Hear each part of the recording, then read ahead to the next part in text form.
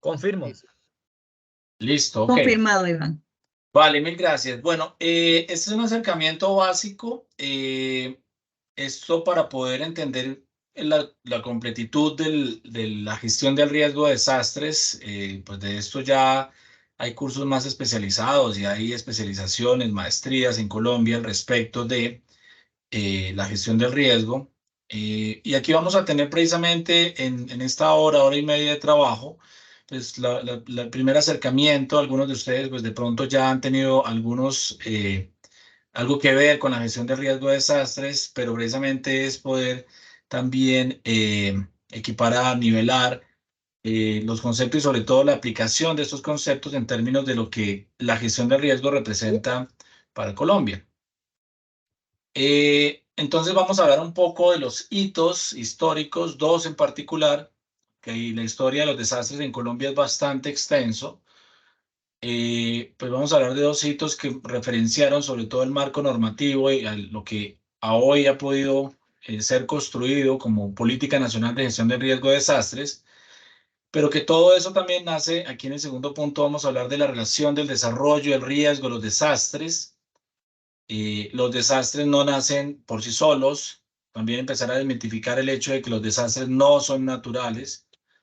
Es un error hablar de desastres naturales, porque la naturaleza no tiene la culpa de la falta de planificación del desarrollo, ya lo veremos en detalle.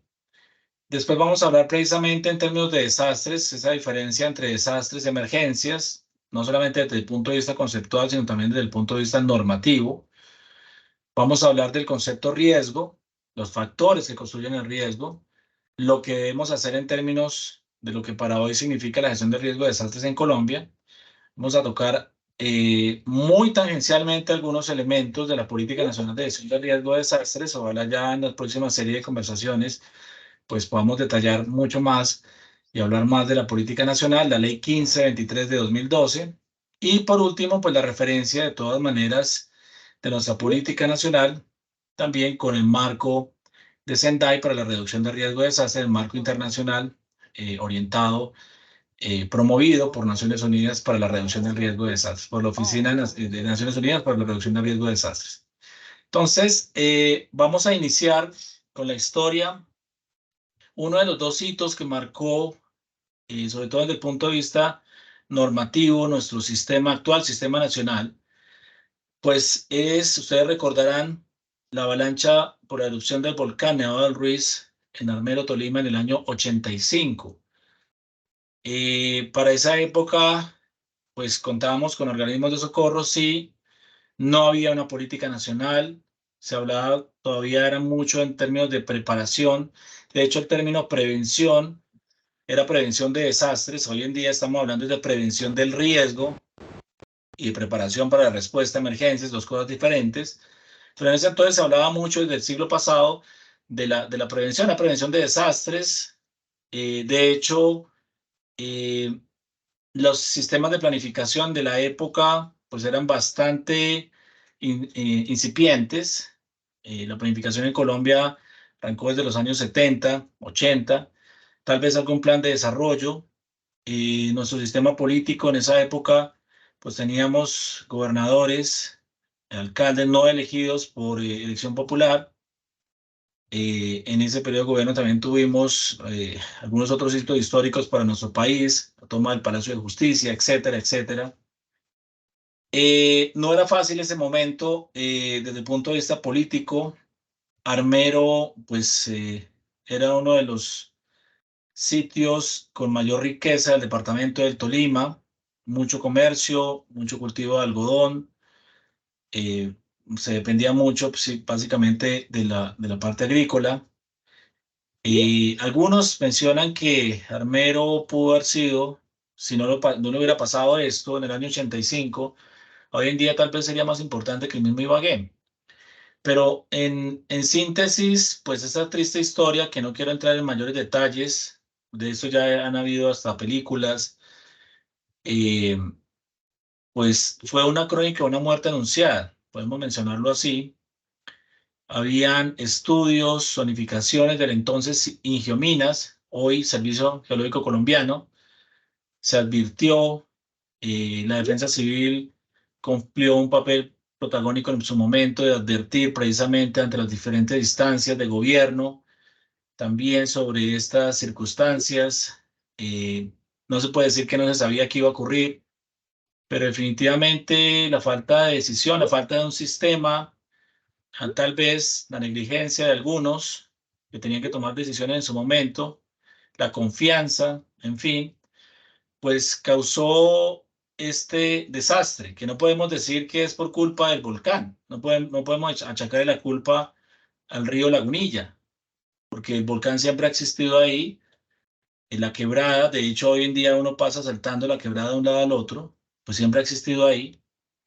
Eh, pero pues obviamente la falta de este tipo de elementos que tienen que ver mucho con nuestras vulnerabilidades como sociedad, vulnerabilidades políticas, organizacionales, etcétera, pues tuvo que ver precisamente, incidió en estos daños, en la crisis social a raíz precisamente de esta generación de estos daños, y por supuesto es la crisis institucional que en últimas condujo al desastre, pero que también como hito importante desde el punto de vista normativo para nosotros, para lo que hoy conocemos como nuestra Política Nacional de Gestión de Riesgo de Desastres, en esa época, a raíz de este evento del año 85, en el año 89 se adoptó el decreto ley 919 del 89, que fue ya la conformación de un sistema nacional de prevención y atención de desastres, con el propósito precisamente de poder fortalecer la respuesta principalmente, la recuperación también, por supuesto, y algunos pinos, pequeñas semillas que se sembraron para lo que hoy es trabajar en función de la planeación del desarrollo. En esa época, ustedes recordarán, se hablaba mucho de los comités regionales de prevención y atención de desastres a raíz del decreto, ley 919, los famosos CREPAT. Hoy en día ya no existen los CREPAT, ya eso ha mutado, ha crecido, ha podido transformarse en una instancia de coordinación superior llamada un consejo de aconsejar, consejo con S, de aconsejar a los alcaldes, a los gobernadores, de hecho al mismo presidente, para lograr la gestión del riesgo de desastre. Son consejos municipales, departamentales, el Consejo Nacional de Gestión del Riesgo de Desastres, pero ya lo veremos más adelante en detalle, pues cuando lleguemos en su momento a la actual política nacional. También en esa época se hablaba mucho de los CLOPAD, en vigencia precisamente de este decreto de ley 919 del 89, los comités locales de prevención y atención de desastres, con sus comités técnico, operativo y educativo. Hoy en día también eso ha crecido, ha mutado, ha podido evolucionar, pues para no concentrarse solamente en las emergencias, ¿no? Que todavía se tiende mucho al respecto de, claro, la emergencia siempre se lleva el mayor protagonismo, pero realmente nuestra política nacional hoy está incidiendo ya no tanto en trabajar en lo que se trabajaba desde el siglo pasado en función de las emergencias y los desastres, sino evolucionar precisamente hacia la planeación del desarrollo. Y efectivamente, el segundo hito que tiene que ver con nuestro actual sistema es indiscutiblemente la temporada invernal 2010-2011. Casi 6 puntos del PIB nos ha costado esta recuperación. Pues para esa época, 2011, 2010-2011, pues fue un hito bastante importante, más de 800 municipios con situaciones bastante complejas. En esa época, por ejemplo, no se podían declarar calamidades públicas por parte de las entidades territoriales. El único que declaraba desastre era el gobierno nacional. Hoy en día ya existe esa posibilidad, fortaleciendo precisamente esa potestad que tienen los municipios para tomar decisiones, fortaleciendo el proceso de descentralización de la autonomía municipal. Entonces, esta ley, que ya la iremos desarrollando poco a poco a raíz de estos conversatorios, pues tiene una primera mirada muy municipalista. O sea, nos tildan los que participamos en algún momento, porque por cierto, esta ley no hay una sola persona que la haya escrito, fueron varias manos. Algunos no participamos escribiendo, pero sí aportando algunas ideas. eh, y aparte de eso, construyendo elementos conceptuales desde los municipios, por eso nos tildan de municipalistas en algunos casos, desde los municipios para poder llevar precisamente este ejercicio y poder generar herramientas de trabajo para los municipios. Aquí hay una gran diferencia en términos, no solamente de nombre, ¿no? Algunos han pensado que el anterior Sistema Nacional de Prevención y Atención de Desastres, Decreto Ley 919, el que veíamos a raíz de lo que ocurrió en Armero, entonces, prevención y atención de desastres es igual a gestión del riesgo de desastres. No, están totalmente equivocados. Mucho de lo que existía antes, pues sí, se permanece en el ADN del actual Sistema Nacional, pero hemos evolucionado, por lo menos desde el punto de vista normativo, desde el punto de vista de la aplicación. Eso tiene que ver con elementos técnicos y jurídicos que son aplicables pues, al territorio nacional. Entonces, esta ley básicamente nace desde antes, no fue reactivo a la temporada invernal 2010-2011, ya se venía construyendo, de hecho, habían habido algunas discusiones por allá desde el proyecto PREDECAN, que era un proyecto de prevención de desastres de la Comunidad Andina de Naciones, desde diferentes discusiones que ya se habían dado a nivel nacional, y venía precisamente algún ejercicio que se venía desarrollando con crédito del Banco Mundial, donde se logró formular una política. Pero la política, pues para que trascendiera, precisamente se optó de tenerlo como proyecto de ley y afortunadamente o desafortunadamente por este evento, pues se pudo llevar al Congreso muy rápidamente para su discusión y aprobación y sanción por parte del presidente en su momento. El 24 de abril, pues desde ahí en adelante, 24 de abril de 2012, tuvimos ya nuestra ley 1523, nuestra política nacional, que por cierto tiene esa característica. Por un lado es la política nacional, pero también conforma el Sistema Nacional de Gestión de Riesgo de Desastres, que también, como lo van a ver más adelante, pues no es solamente un orden jerárquico de entidades a nivel territorial, a nivel municipal unos, a nivel departamental otros, o a nivel nacional otros. No, no solamente son entidades que coordinan, entidades que ejecutan, sino también otra serie de elementos, tres en particular, tres que lo veremos más adelante y con los cuales se conforma un sistema de gestión de riesgo. Entonces, esta discusión, como ustedes lo ven, de hecho, bueno, quería también resaltar acá antes de pasar a la siguiente diapositiva, pues que todos estos elementos pues también tienen que ver con la planeación del desarrollo. No es por culpa de la ladera que fue que hubo un derrumbe. De hecho, pues aquí por acá hay un tubo que tal vez tuvo la culpa.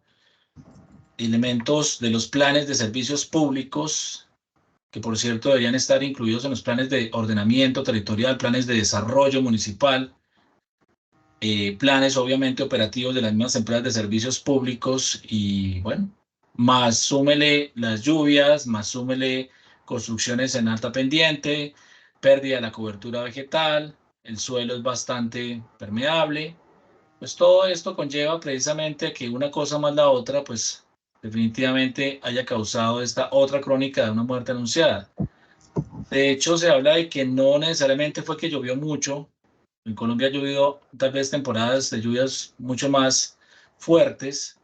Claro, el cambio climático ha venido afectando, sí, pero no es tanto el fenómeno que haya ampliado su cobertura, sino definitivamente, pues primero, vean que hay cultivos en zonas de ronda hídrica, en zonas de conservación del río, que deberían ser protegidos 15, 30 metros, tal vez 50 metros, 100 metros en algunos ríos, y aquí en pocos metros pues tenemos cultivos sobre los ríos, ¿no?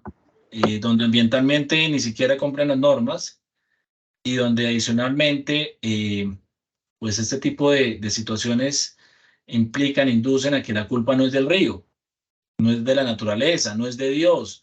La culpa es de la falta de planeación o si la hay, la falta de cumplimiento sobre lo que se escribe en la planeación del desarrollo. Entonces aquí arrancamos esta discusión precisamente sobre la planificación del desarrollo, pensando, y aquí aparece un término importante que lo plantea la ley 1523 en sus primeros artículos, que nuestro objetivo fundamental, precisamente para lograr la gestión del riesgo de desastres, por cierto, también hay un mito, algunos mencionan gestión del riesgo y desastres, o gestión de desastres, no, el término real es gestión del riesgo de desastres, según la ley 1523, pues tenemos que apostarle a la sostenibilidad, pero no es una sostenibilidad solamente desde el punto de vista ambiental, dirán algunos, sino es desde todos los puntos de vista del desarrollo económico, desarrollo social y por supuesto desarrollo en la parte ambiental.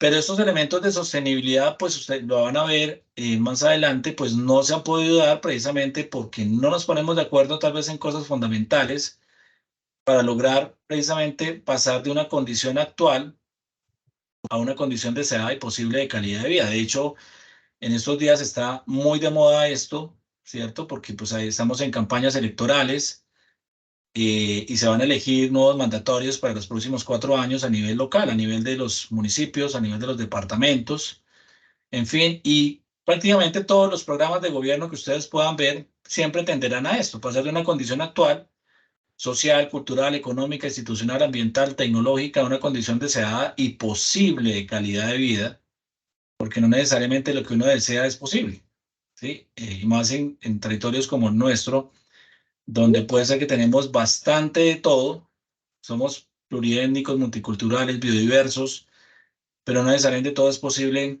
precisamente por esa falta de acuerdos, ¿no? Pero en términos de nuestro ejercicio, sobre todo entendiendo esto se puede aplicar también no solamente a nivel de un municipio, este ejemplo, también a nivel de un departamento, también esto puede desarrollarse, hacerse la misma diapositiva para el sector privado, para las empresas, hasta para las organizaciones comunitarias, ¿no? Siempre habrá un instrumento de planificación. De hecho, hasta ustedes en sus familias tienen un plan, ¿no? Un plan familiar, tienen un plan de vida. Eh, bueno, ahora en lo personal, por ejemplo, yo tengo dos niños, uno de 9 años, otro de 6 años, un niño y una niña, y mi idea es que ellos puedan educarse, ser profesionales, ojalá que trabajen en gestión de riesgo más adelante en la vida, bueno, que sean lo que quieran y que sean, los haga felices, pero cada uno en su familia pues tendrá sus propios planes, ¿no? Eh, entonces eso mismo aplica también para un municipio en términos de tener en 4 años una visión, bueno, cada 4 años, que por cierto, no debería ser una visión única, ¿no? Sino una visión de, como parte de un rompecabezas que va armando precisamente el compendio de una figura pues que en últimas termina siendo esta condición deseada de calidad de vida. Estos planes de desarrollo en los municipios, pues responden a programas de gobierno por los cuales todos vamos a elegir a nuestros mandatarios el próximo fin de semana y que este programa de gobierno pues realmente debería ser el caballo de batalla por el cual uno elige a alguien. Programa de gobierno que, por cierto, debería incluir conceptos de gestión de riesgo, porque la gestión de riesgo en últimas lo que busca es lograr una sostenibilidad en el desarrollo, pero sobre todo salvaguardar la vida. Aquí lo que trabajamos en gestión de riesgo de desastres es precisamente promocionar y evitar que existan muertos, heridos, desaparecidos, que hayan daños en bienes económicos, sociales, ambientales. Y eso, por supuesto, debería estar escrito en los programas de gobierno, que más adelante pues hagan parte del plan de desarrollo, porque ese sí, con mayor razón, explícitamente nuestra ley 1523 dice que los planes de desarrollo deben adquirir, más adelante vamos a hablar de esos planes, por acá, los planes de gestión del riesgo de desastres, adquirir todos los insumos necesarios y sobre todo articular programas y proyectos, que es lo que ejecuta un plan de desarrollo, de acuerdo a lo que diga el plan de gestión de riesgo de desastres de la entidad territorial, llámese municipio, llámese departamento. Y bueno, por supuesto, a nivel nacional debería ser así también. Los planes de desarrollo, entonces, tienen objetivos, metas, estrategias, programas, proyectos, recursos de inversión, donde se ejecutan precisamente pues todo lo que se recauda a nivel municipal, ¿no? Desde los impuestos, los tributos, las contribuciones, el predial, etcétera, etcétera, industria y comercio, los ingresos corrientes de la nación, en fin, todo eso pues se tiene que traducir en programas, proyectos y recursos para efectivamente lograr estas condiciones deseadas y posibles de calidad de vida. Pero también esos planes de desarrollo deberían continuar, no hacer cada 4 años un plan de desarrollo único e irrepetible, sino ser la continuidad. Por eso habla tal vez de un rompecabezas, una fichita del rompecabezas que va armando una sociedad.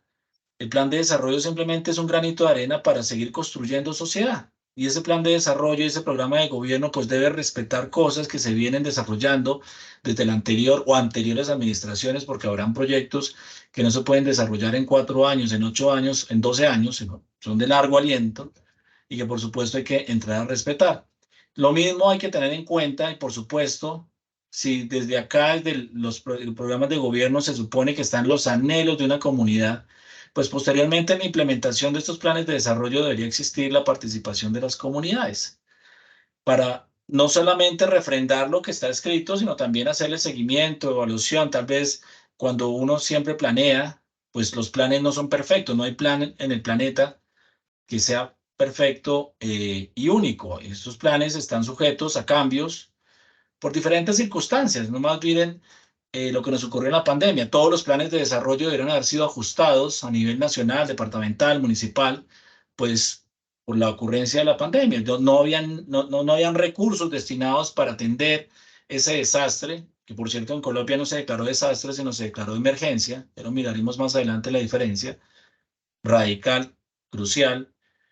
Pero se tomó esa opción de la declaratoria de emergencia. Algunos departamentos, municipios sí declararon sus propios desastres, calamidad pública, pero que efectivamente implicó también pues, plantear otro plan diferente al plan de desarrollo que ya se había pensado desde antes y obviamente ya reorientar esos recursos pues, para recuperar lo poco que podíamos recuperar o mucho que podíamos recuperar. Entonces implica aquí mucha participación comunitaria y el otro punto importante, o los otros dos puntos importantes, uno, la articulación con instrumentos de planificación local.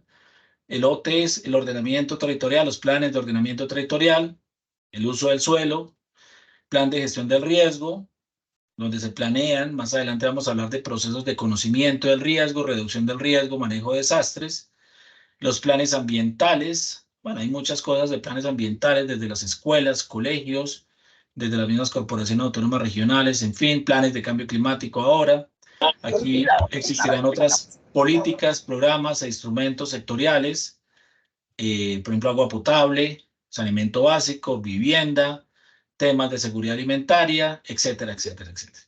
Todo esto entonces, pues es el contexto de nuestros territorios, pero que para lograr hacerlo sostenible en el tiempo, que implica garantizar precisamente buenas herencias para nuestros hijos y nuestros nietos, porque ya las herencias que nos han dejado nuestros papás, nuestros abuelos, pues no necesariamente han sido las mejores, sobre todo desde el punto de la planificación del desarrollo, pues es lograr que todo esto que se plantea en asegurar nutrición, salud, educación, vivienda, seguridad, convivencia, bueno, aquí hay muchos elementos que siempre se discuten a nivel territorial, que buscan precisamente eso de lograr mejoramiento de la calidad de vida, eh, bueno, productividad, competitividad, servicios públicos, recreación, participación, etcétera.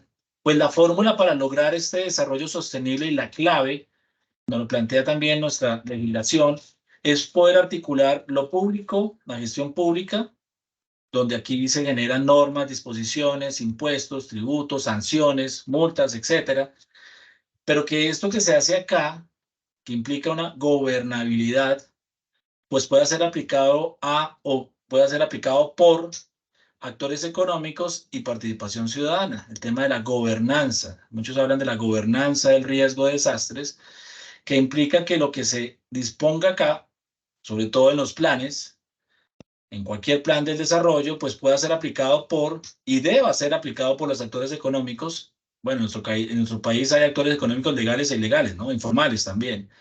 Y la participación ciudadana. No nos sacamos nada con decir y hablar de gestión del riesgo de desastres acá, de tener buenos planes, muchos de los que están por acá, planes de ordenamiento, planes ambientales, planes de gestión de riesgo, de cambio climático, etcétera. Si tanto los actores económicos y la participación ciudadana, pues no lo cumplen. O lo que es peor, bueno, aquí hay un ejemplo de lo que no lo cumple. La norma dice no se ubique en una zona de inundación porque sabemos que eso se va a inundar en la próxima temporada invernal, porque eso se puede estimar con tiempo, con anticipación. Esas condiciones de riesgo siempre son estimables. Hasta los sismos son estimables en términos de condición de riesgo. Los sismos no se sabe cuándo van a ocurrir, pero sí sabemos los daños que pueden generar. Entonces, si eso lo sabemos y sabemos dónde construir o cómo construir, ¿por qué entonces no se aplica? Porque van a ver más adelante alguna fotografía donde veamos pues, que efectivamente las condiciones de riesgo, o bueno, lo que vimos anteriormente en términos de los cultivos sobre la zona de inundación o en las viviendas en zonas de alta pendiente, sin ningún tratamiento de aguas lluvias, de escorrentías, tal vez los las tuberías de alcantarillado totalmente obsoletas, en grés, material que fácilmente se puede quebrar, se puede romper y obviamente generar erosión interna en la ladera y generar obviamente los deslizamientos, en fin, pues eso implica precisamente la gobernanza, que lo que se diga acá y se normatice acá, por supuesto también concertado desde el principio con la comunidad y con los actores económicos, pues que eso se pueda hacer cuando ya esté en pie, cuando exista como una norma municipal, una norma departamental o nacional, pues pueda ser aplicado por actores económicos y participación ciudadana. Pero también implica que los instrumentos de planificación tengan sentido, tengan una coherencia. O sea, que el plan de desarrollo ejecute en términos de lo que, por ejemplo, un plan de ordenamiento territorial disponga. Si aquí dice que sí se puede construir en una zona, pues aquí el plan de desarrollo lo ejecuta. Pero si el plan de ordenamiento territorial dispone que ahí no se puede porque es una zona no mitigable frente a un deslizamiento, frente a una inundación, pues el plan de desarrollo no lo debería ejecutar ahí. Ahora bien, vamos a ver, nuestras realidades, eso no en todos los casos se viene cumpliendo. Entonces, precisamente aquí vemos un poco, y quería hacer un poco el ejercicio con ustedes, porque esto es un conversatorio, pero la idea es que esto no sea una charla magistral, sino sea un elemento de relación entre los diferentes actores que estamos acá. Quería preguntarle a alguien si quiere levantar la mano y que nos cuente un poco qué ven en la fotografía. Yo les cuento antes de que alguien se atreva a levantar la mano un poco la historia. Esto queda en Manizales. Esto es un centro comercial, uno de los más importantes de la ciudad, centro comercial Fundadores. Por acá queda la calle 23, que es la calle más importante de la ciudad. Esto viene sobre el filo de la montaña. Bueno, por si allá todos son montañas, pero digamos la zona más importante por donde accede y sale uno prácticamente de la ciudad. Y el acceso al centro, precisamente esta misma entrada de esta calle 23. Por acá viene aquí alcanzan a ver ustedes unos muros. Otra vía que pues va hacia otra parte de la ciudad. Desde el centro comercial no se alcanza a ver por pendientes, no se ve a esta zona, que es una zona, bueno, algunos llaman subnormal, yo digo, pues una zona que no ha tenido las mismas oportunidades, socialmente hablando, que el resto de la ciudad, y donde pues mucha gente hasta le da temor entrar acá, precisamente porque pues aquí dicen que está todo lo malo, ¿no? Las drogas, los ladrones, etcétera, etcétera, pero yo estoy más que convencido que aquí existen personas buenas que trabajan, que hacen cosas interesantes, pero que no han tenido tantas oportunidades. Y claro, existe de todo, por supuesto, por las condiciones de vulnerabilidad de la zona. Realmente esta fotografía la tomé hace unos años desde la vía que conduce a Neira, otro municipio cercano a Manizales. Pero entonces quería preguntarle a ustedes, ¿qué ven en la fotografía? Alguien que levante la mano y nos cuente, por favor. ¿Qué ven en la fotografía? Tenemos dos manitos, primero Julio Vale, Jacome y después Jonathan. Adelante, Julio. vale, Julio. Bueno, muchas gracias. Uno aparentemente pues mira que el edificio del centro comercial está ubicado en una zona plana, pero ya detallando un poco más la fotografía y ampliándola, encuentra una zona subnormal, un barrio que ha sido construido en una zona, diríamos, de alto riesgo. Una, porque está en la zona de deslizamiento y seguramente cuando hay lluvias o cuando pueda presentarse un verano extenso, puede generar también muchos deslizamientos. Entonces yo miro que está en una zona eminentemente de peligro y de riesgo inminente sobre todo las viviendas, ¿no? Más que el centro comercial, las viviendas las veo que se verían afectadas en el momento que podrían presentarse lluvias. Adelante. Excelente, excelente, muy gracias. ¿Quién más tenía la mano levantada? Sí, Iván, Sigue Jonathan y después Sí. Cruz. Adelante. sí, buenas tardes para todos, para ti, Iván, y todos los colegas. Bueno, efectivamente, pues para no repetir lo que decía el compañero hace un momento, creo que aquí lo que es evidente es una falta de la planeación en cuanto a viviendas de interés social, porque pues efectivamente aquí no sabemos si esto fue planeado por la alcaldía o es una, digamos, como lo que se conoce comúnmente como una invasión o un terreno que era baldío y que las personas fueron apropiándose de él.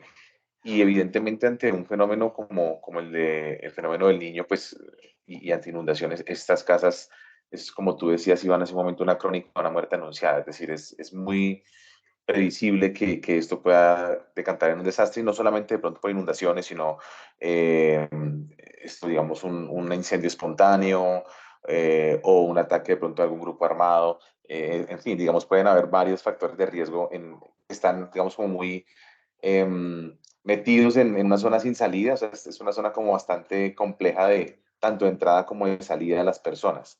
Y esto obviamente pues podría traer una catástrofe si no se toman medidas a tiempo. Cambio, gracias. Ok, Jonathan, muchas gracias. ¿Alguien más tenía Adelante, Cruz? Cruz y después Capacidad Nariño.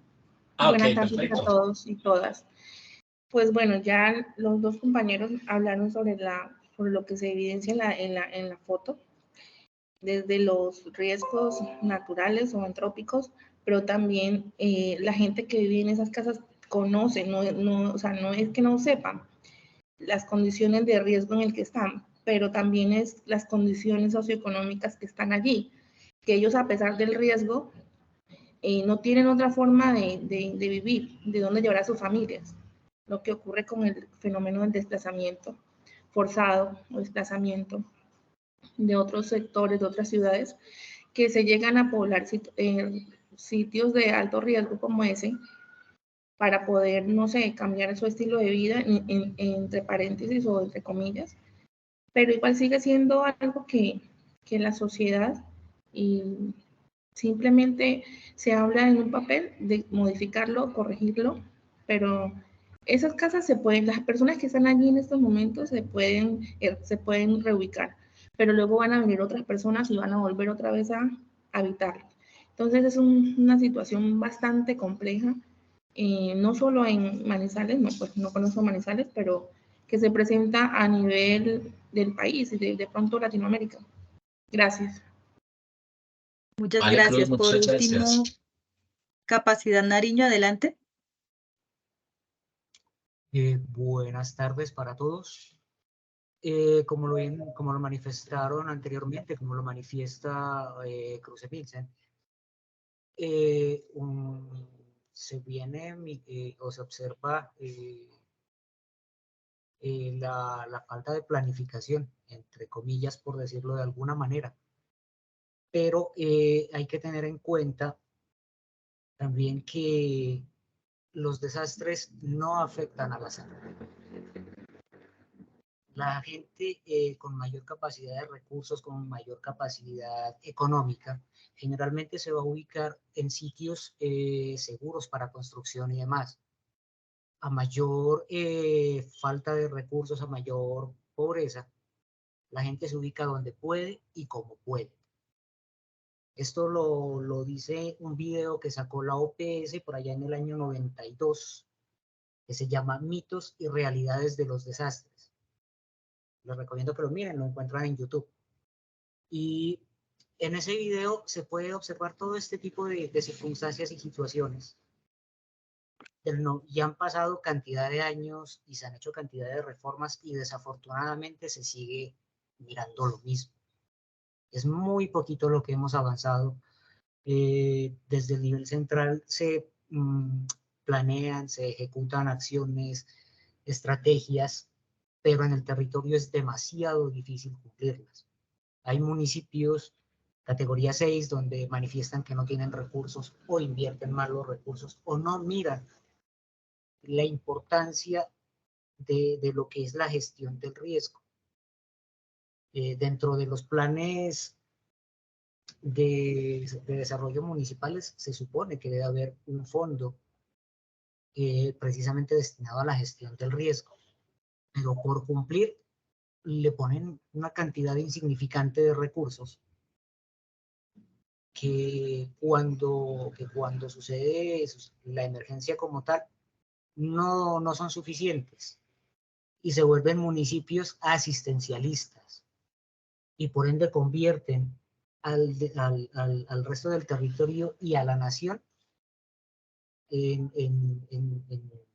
simplemente en la acción de responder y ha pasado. Y los recursos que deberían ir al conocimiento y a la reducción del riesgo se van únicamente a la respuesta de emergencias y desafortunadamente no hemos pasado de ello. Gracias. Vale, mil gracias.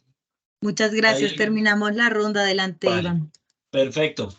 Por supuesto, entonces acá mucho de lo que ustedes están hablando coincido totalmente y creo que se empieza a entender, y ya algunos de ustedes tenían alguna base al respecto de lo que, por dónde arranca el tema de los desastres, y a ninguno le escuché decir, es que el desastre es por culpa de la naturaleza. No, aquí el deslizamiento que se puede dar, mire que aquí lo estoy mostrando, hay otra cicatriz. Pero esto fue causado por el hombre, ¿no? Aquí esto existía con alguna cobertura vegetal y lo depredaron y posiblemente están limpiando este lote pues para seguir construyendo más viviendas. Porque acá este barrio no nació con la ladera. Primero estaba la ladera, ¿cierto? Con sus guaduales, con sus especies arbóreas, etcétera, etcétera. Y hubo algún colonizador primero que llegó que supone que era una sola casa, pero pues mire esto cómo se ha convertido en el tiempo. Y lo que es peor, aquí ustedes pueden ver postes de la luz, de ahí en servicios públicos, donde pues alguien les ha dado la bendición, voy a decirlo así, de poderse ubicar ahí. Entonces, aquí existe la pregunta, ¿existe un modelo de desarrollo? Claro que lo hay un desarrollo porque hay inversiones, tal vez a veces auspiciadas, patrocinadas o muchas veces con la inocencia de las entidades, lo voy a decir así, porque o algún juez que nos dice, no, es que usted tiene que garantizarle los servicios públicos porque es un servicio que constitucionalmente no se puede negar.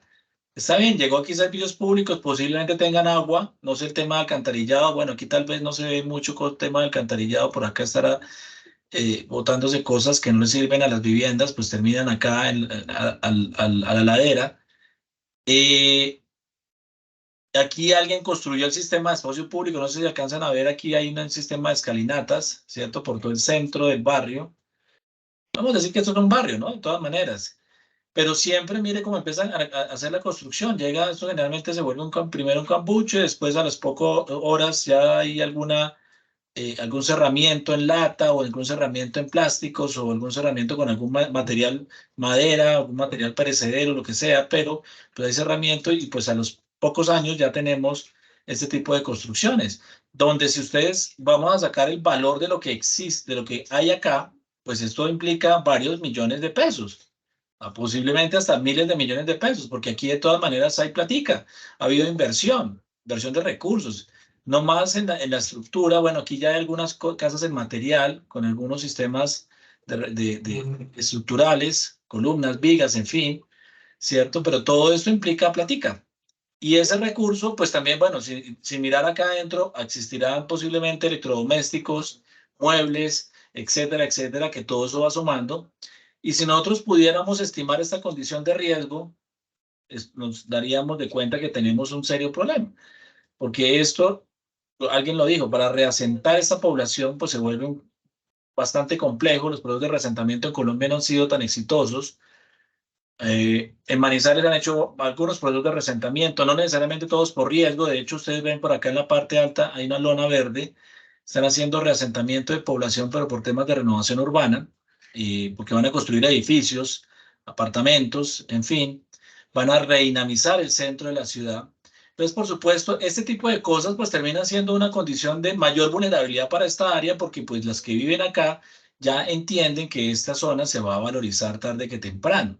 Entonces, si yo invadí, no tuve que comprar nada, el predio pues obviamente era de alguien más, pero de todas maneras por la mejora, el momento en que me decían sacar acá por riesgos o por sacarme de acá por temas de renovación urbana, si deciden esto hacer construir edificios o lo que sea, organizar esto para una zona de protección ambiental, pues tienen que comprarme la mejora. Y entre más inversión yo hago acá, pues más plática me van a dar también, se entiende de esa forma. Por eso también la gente, aparte de construir sus sueños de vida, donde tal vez, sí, posiblemente la mayoría sepa qué es lo que va a pasar acá, que está en condición de riesgo, por deslizamiento, algunos de pronto no lo entienden tan fácil, otros sí. Pues de todas maneras aquí van a estar, siguen construyendo porque no tienen para dónde más ir, ¿cierto? Hay figuras en la norma, en nuestra legislación, desde el desarrollo territorial, donde pueden haber figuras de generar banco de tierras para proyectos de vivienda de interés social, donde los municipios pues no lo han aplicado, donde los planes de ordenamiento a veces se hacen simplemente por cumplirle a la ley y para que sirva como subsidios de vivienda, pero no necesariamente para ese tipo de vivienda, sino vivienda de interés social.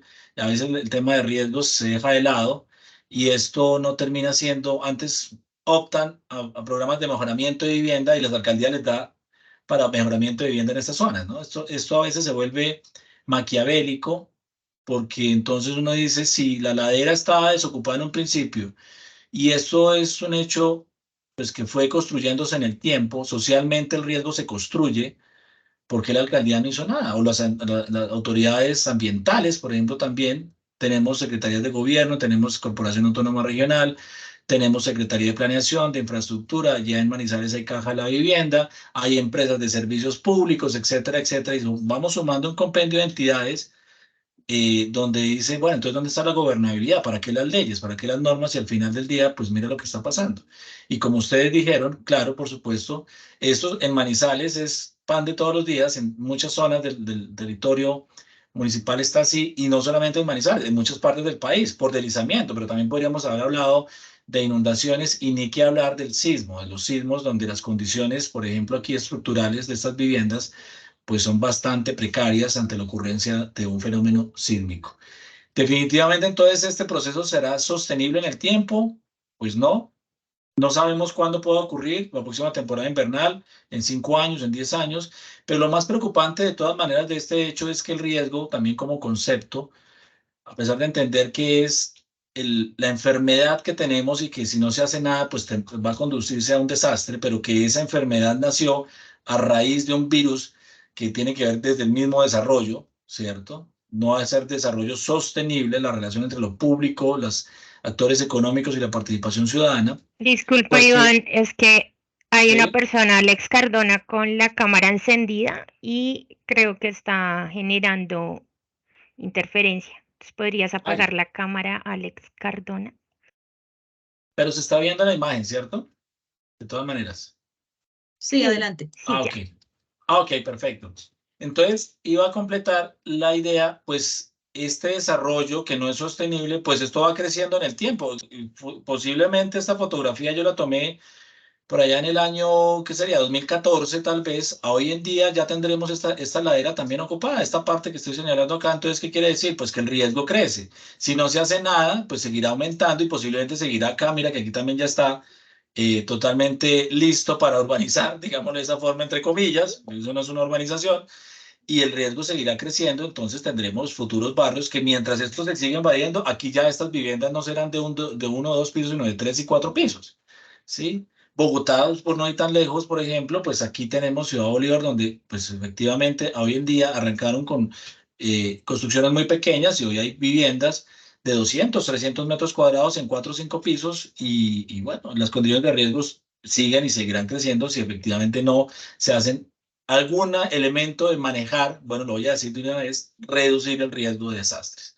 Entonces, el desarrollo no es sostenible, hay condiciones de riesgo, aquí ya algunos de ustedes lo mencionaron, hay deslizamientos, aquí ya hay procesos erosivos, que no solamente va a afectar al barrio, ¿no? Es posible que si esta ladera se va completa, pues va a terminar afectando también al actor económico, ¿cierto? Donde de pronto aquí habrá que abrir mucho la mente y empezar a pensar mucho en otro tipo de estrategias, no solamente de lo público, sino pensar en alianzas público-privadas, porque aquí este es el mismo barco.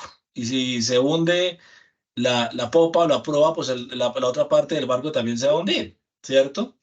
Y esto genera un desastre, pues creo que ustedes también lo identificaron fácilmente. Por supuesto que si esta condición de riesgo, que no es achacado a la naturaleza, no puede ser culpa de la naturaleza. Antes la víctima aquí es la naturaleza porque la han depredado, la han deforestado. Aquí estos guadua, este guadua, ojalá que hoy en día exista, pero es posiblemente uno puede inferir que ya no existe.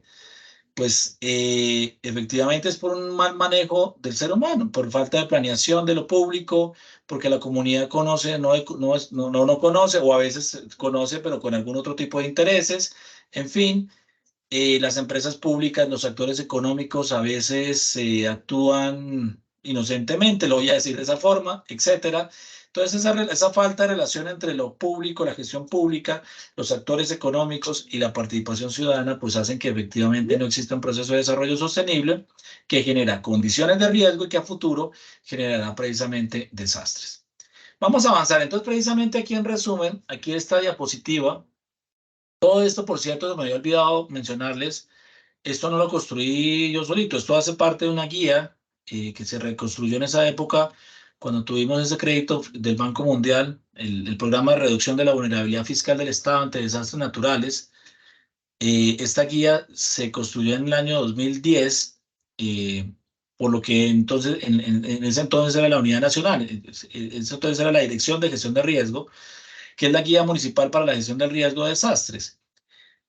Entonces, la mayoría del material es referente a esa guía. Esta la pueden conseguir fácilmente ahí por internet por si tienen alguna inquietud al respecto. Y bueno, ser gomosos y leerla y estar un poco más, digamos, detallados en los conceptos que estamos hablando hoy en día. Entonces, aquí se encuentra, por un lado, en esos mapas mentales, siempre la necesidad del ser humano conforma asentamientos humanos siempre, pero muchas veces por diferentes intereses. En la localización se ubican elementos económicos, políticos, sociales. Por ejemplo, en la fotografía que vemos de Manizales, pues mucha gente vive ahí porque es que es muy cómodo vivir cerca del centro y la mayoría de la gente va y se rebusca su platica, el diario, pues en el centro. Entonces, no tiene que pagar transporte público, los servicios de pronto públicos son hasta más baratos. Y pues por lo otro que les comentaba, ¿no? El interés económico de que al ver que hay procesos de renovación urbana y que van a haber otro tipo de construcciones de otro estrato, pues obviamente las viviendas ahí ellos difícilmente van a salir ahí a no ser que sea una muy buena negociación. Procesos de urbanización, los que modifican el terreno, lo vimos, cuando se define el uso del suelo, cuando se define densidad poblacional, la edificación individual, la calidad de los materiales, los aspectos arquitectónicos, la ubicación.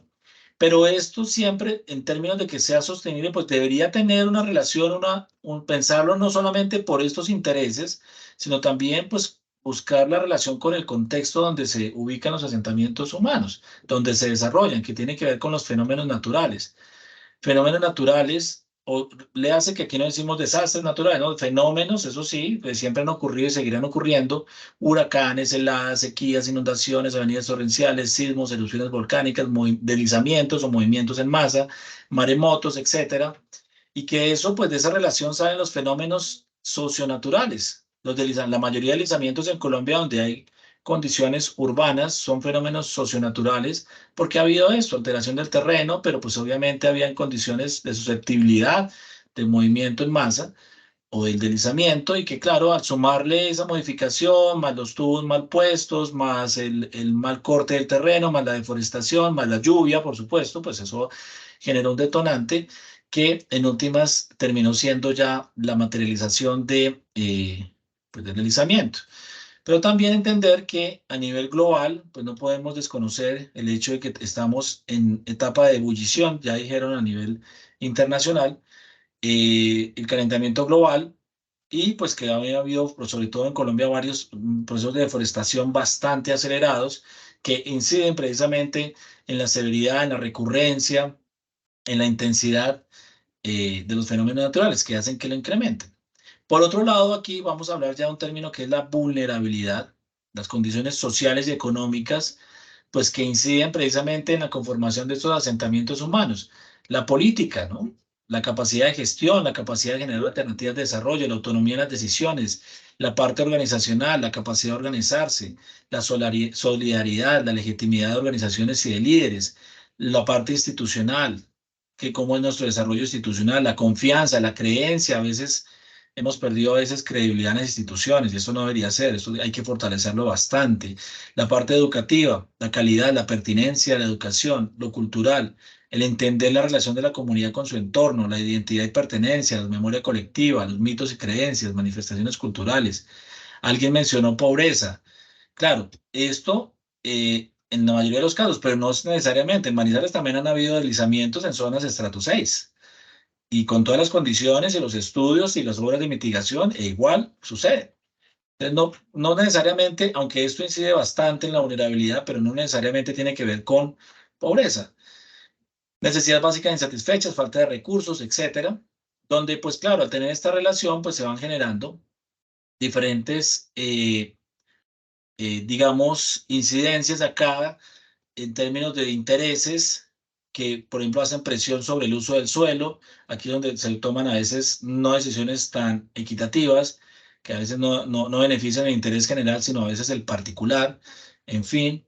Aquí los fenómenos naturales también pues tienen relación con los asentamientos humanos, y aquí actividades económicas que se desarrollan en los territorios, lo agropecuario, lo forestal, lo minero, la industria, los servicios, etcétera, pues que al tener relaciones con las condiciones sociales y económicas van generando fenómenos también tecnológicos, y donde pues en últimas tenemos un caldo de cultivo donde se va generando esto es un ejemplo solamente para entender esa relación entre el desarrollo, la generación de condiciones de riesgo, y bueno, más adelante vamos a ver precisamente ya la degeneración del riesgo, cómo conlleva a los desastres. Entonces, precisamente este proceso de desarrollo sostenible en nuestro país, pues no se viene dando por varios elementos. Uno, pues es bastante conocido, cuestionado, está muy de moda, por cierto, pero a veces muy poco se hace al respecto en términos de corrupción, o a veces sí se hace, pero no con la celeridad que se debería.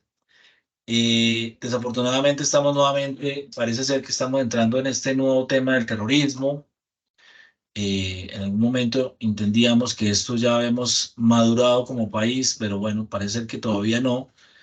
Y el otro elemento definitivamente sigue siendo los desastres, que insisto, no son naturales, desastres como falta de esa planeación del desarrollo, y que en últimas esta diapositiva lo que busca es hacer entender que los recursos que se tenían predestinados para mejorar todo esto social, cultural, económico, institucional, ambiental, tecnológico, para llegar acá, a esa condición deseada y posible de calidad de vida, pues se vienen desviando por todos esos elementos y no terminan llegando hasta acá con la cantidad que se requiere, pues porque, por ejemplo, en el caso de los desastres, pues implica un freno y retraso del desarrollo, porque hay que reorientar recursos, sea por parte del gobierno nacional, departamental, municipal, que por cierto a veces los municipios no se hacen tantos esfuerzos para desviar recursos para atender, no desviarlo desde el punto de vista de lo ilegal, ¿no? Sino desviarlo legalmente para atender los desastres, porque la ley 1523 de 2012 generó 22 mecanismos, por eso se declaran calamidades públicas, no para recibir ayudas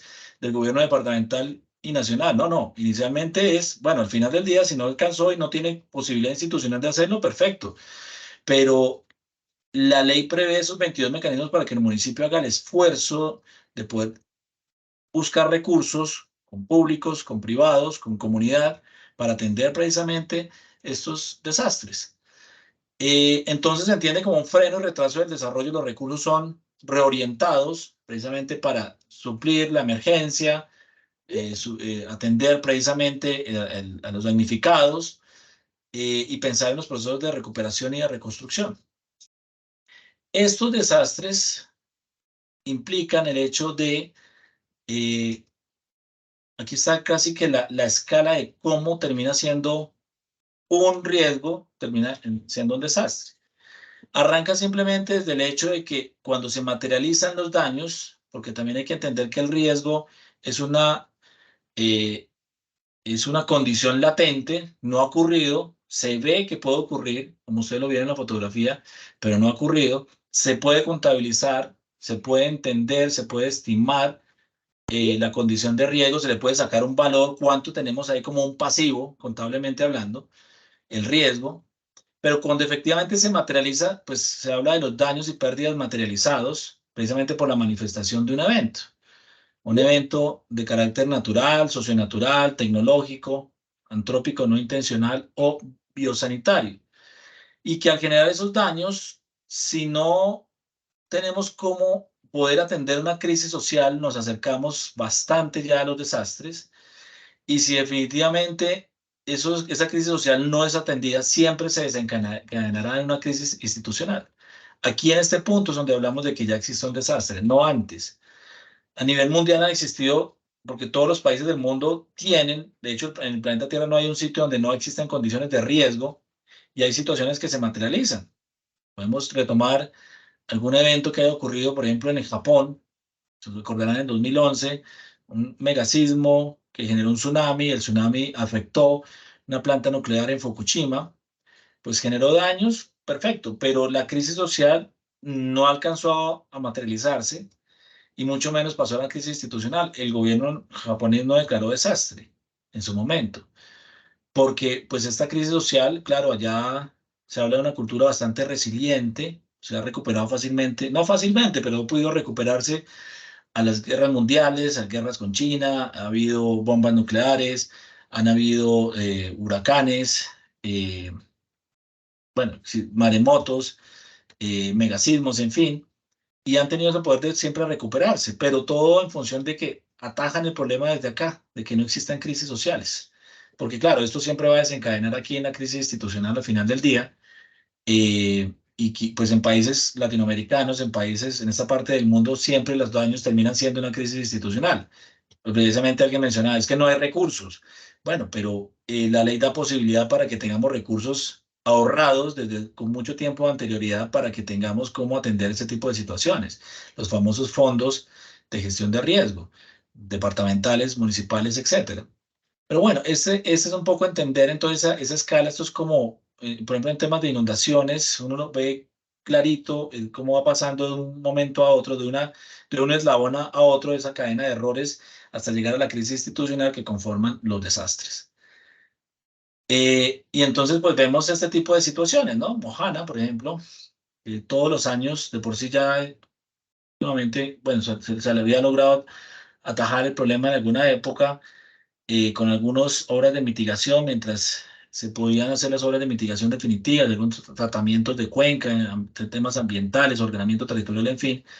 Pero bueno, últimamente ya el desastre ha sido continuo, ¿no? Por más de 2 años han estado en esta condición y definitivamente pues es desastre porque pues a raíz de las inundaciones pues han generado daños, hay una crisis social latente, desde enfermedades, desde no poder cultivar, hay hambre, hay necesidades de vivienda, de vestido, de alimentación, etcétera, etcétera, de trabajo. Y pues por supuesto los alcaldes, los gobernadores pues están totalmente desesperados con ese tipo de situaciones. Hay una crisis institucional, pérdida de imagen pública, incapacidad de generar opciones de solución, en fin. Pero entonces ahí empieza uno también a entender, porque también parte de la misión de este primer acercamiento, este primer conversatorio, es que se entienda, porque todavía existe, se confunde muy fácil el término riesgo y el término desastre. Parecería que es lo mismo, pero no lo es. Aquí en la fotografía, me voy a volver un segundo, está el tsunami del año 79, que afectó la zona urbana, el centro poblado de esa época de Tumaco. Entonces ustedes ven los daños ya materializados. Esto generó precisamente una crisis social, por supuesto es una crisis institucional. De hecho, hay anécdotas al respecto de ese tipo de situaciones, donde llegaban las ayudas humanitarias de países amigos, aterrizaban en el aeropuerto de Tumaco y les tocaba volverse a ir con el mismo avión tal y como llegaron, porque no había nadie que ayudara a bajar las ayudas humanitarias para la población. Cosas de ese estilo. Entonces, eso es desastre, pero condición de riesgo. Bueno, esta fotografía es bastante ya viejita, estamos hablando del año tal vez 2000. La fotografía es del Observatorio Sismológico del Suroccidente Colombiano del Oso, Universidad del Valle, esto es año 2006 tal vez, donde pues se ve latente nuevamente que esto va a suceder. Esto es una crónica de otra muerte anunciada, donde de hecho aquí uno ve pues cómo se hace el proceso de expansión, de crecimiento de la ciudad. Esta es la isla del Morro, perdón, esta es la isla de Tumaco.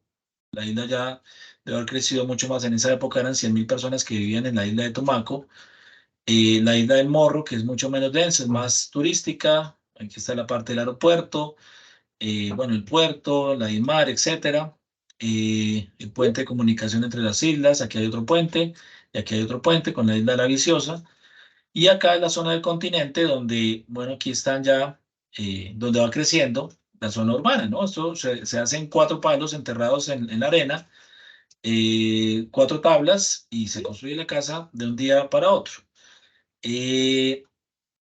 Entonces esto ya es una condición latente, esto es un pasivo que se tiene no solamente a nivel nacional, departamental y municipal, que es la condición de riesgo. Se puede tomar como eso, como una deuda por saldar, y ¿quién tiene la culpa? Pues el desarrollo, ¿no? Un mal desarrollo, y que pues efectivamente aquí en Tumaco pues esto no se ha podido planificar. Existe ya un plan de ordenamiento territorial, de hecho, donde hay procesos de reubicación, de reasentamiento de población por fases.